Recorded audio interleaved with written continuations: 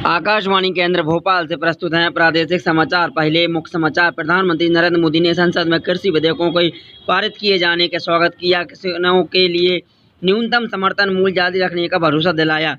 प्रधानमंत्री ने बिहार में वीडियो कॉन्फ्रेंसिंग के माध्यम से 14,000 करोड़ रुपए से अधिक की राष्ट्रीय राजमार्ग परियोजनाओं की आधारशिला रखी। विदेशी अनुदान नियंत्रण रखने के लिए संसद में विदेशी अंशदान अधिनियम संशोधन विधेयक पारित किया।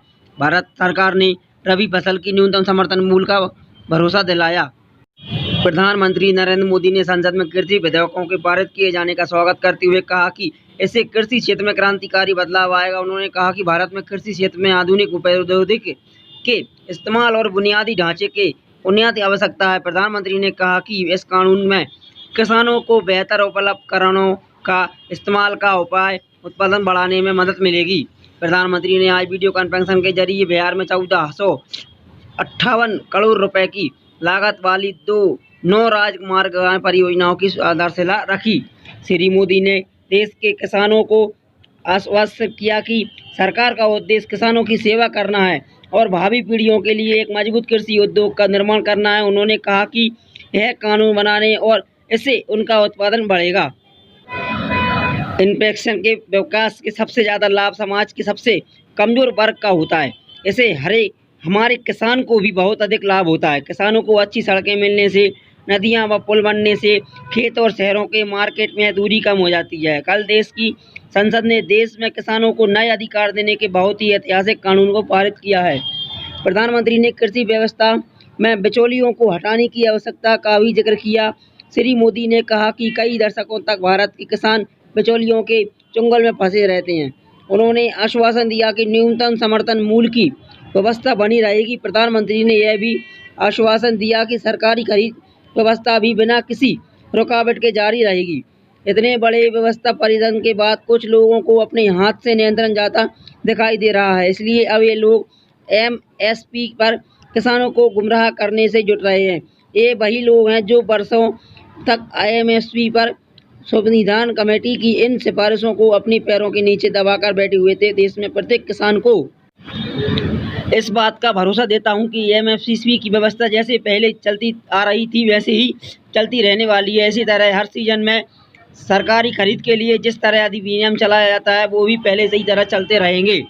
नया कानून से इन व्यवस्थाओं पर किसी प्रकार की आंच नहीं आएगी। प्रधानमंत्री ने कहा कि इन विधेयकों को उद्देश्य क्षेत्र कृषि में बदलाव लाना है और किसानों की जीवन बेहतर करने के लिए उन्हें सशक्त बनाना है। कई जगह भी ऐसे सवाल उठाए जा रहे हैं कि अब कृषि मंडियों का क्या होगा?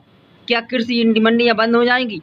क्या वहां खरीद बंद हो जाएगी? नहीं, ऐसा कर तक नहीं होगा। और यह संसद स्पष्ट देता हूं कि यह कानून है ये बदलाव की मंडियों में खिलाफ है। कृषि मंडियों में जैसे काम पहले होता था वैसे ही अब भी होगा, बल्कि ये हमारी एक एनडीए सरकार है जिससे देश की कृषि मंडियों को आधुनिक बनाने के लिए निरंतर काम किया जा रहा है। प्रधानमंत्री ने आज जिन परियोजनाओं से आधारशिला रखी उनमें 6 लेन का 39 किलोमीटर लंबा पटना रिंग रोड, 4 लेन का राष्ट्रीय राजमार्ग, 30 का आरा मुरैना खंड राष्ट्रीय मार्ग, 31 का बलसरा खंड और 4 लेन का राष्ट्रीय 131 का नेहरू नगरपुर पूर्णिमा खंड शामिल है। प्रधानमंत्री ने कहा कि सरकार ने अगले 4-5 वर्षों में बुनियादी ढांचे पर 110 करोड़ रुपए की एक अधिक राशि खर्च करने की घोषणा की है। इसमें 19 करोड़ रुपए अधिक केवल राजमार्गों के विकास पर खर्च किए जाएंगे। प्रधानमंत्री ने कहा कि इन प्रयासों से बिहार में सड़क संपर्क में संबंधित बुनियादी ढांचे का विस्तार होगा। प्रधानमंत्री ने आज ऑप्टिक फाइबर इंटरनेशनल सेवाओं का भी उद्घाटन किया। इसमें राज्य के सभी 45,945 गाँव को ऑपरेटर फाइबर इंटरनेट सुविधा उपलब्ध हो जाएगी।